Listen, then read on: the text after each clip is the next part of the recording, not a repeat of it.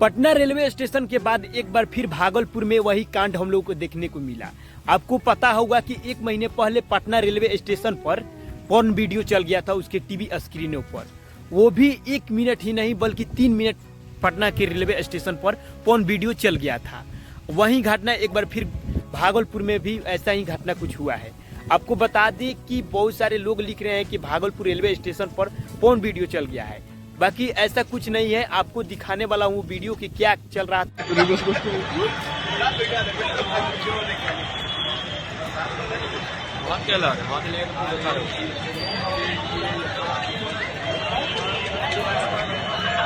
संपर्क कीजिए। अरे भैया को बुला के दिखाओ, भैया को बोलिए। बाकी हमारे बिहार में ऐसी इस तरह की घटना कौन कर रहा है, ऐसे आईडी हक करके, और जरूर वो कर रहा है जिसको समाज से लेने देने का नहीं, उसके अपने घर देने से लेने देने का नहीं, इस तरह की घटना करते रहता है।